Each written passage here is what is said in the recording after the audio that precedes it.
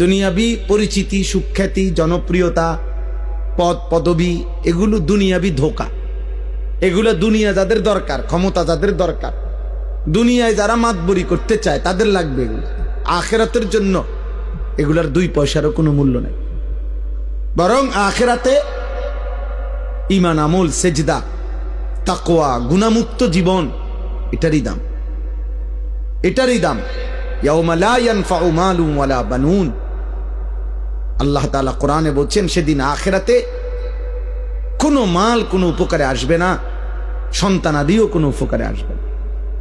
ইল্লা মান আতাল্লাহা বিকলবিন সালিম, গুনাহমুক্ত, শিরিক মুক্ত, এক পবিত্র আত্মা নিয়ে, ঈমান আমলে ভরা, আল্লাহ তাআলার মহব্বত মারেফাতে ভরা এক দিল নিয়ে যে আসবে, সেই কেবল সেদিন উপকার হবে।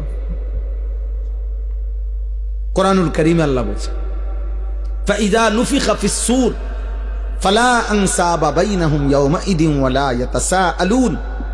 আল্লাহ বলেন ইসরাফিল যখন ফু দিবে আর হাসরের মাঠ কায়েম হবে, সেদিন কোনো মানুষ কাউকে একজন আরেকজন বন্ধুত্বের, বংশের, আত্মীয়তার কোনো পরিচয় দিবে না।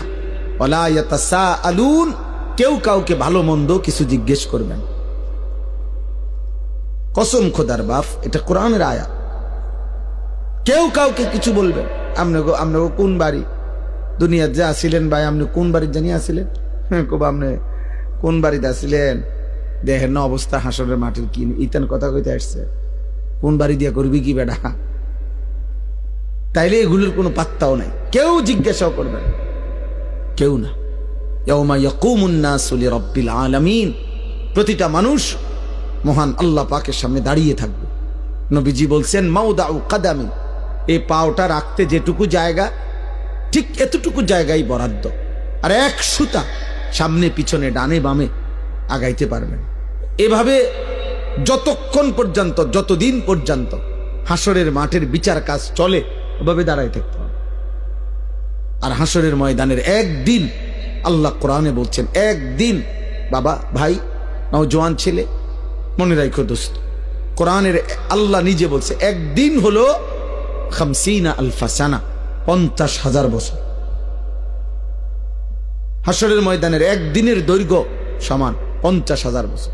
এভাবে যতদিন, যদি 10 দিন চলে, যে বিচার কাজটা চলবে মোট 10 দিন, মনে করেন আল্লাহ বলল, তাহলে এই 10 50,000-এ যাটা। এবার আমনে সিরিয়াল পরে যখন তখন, হ্যাঁ, পুরাটা সময় 50,000 না, একদিন 50,000।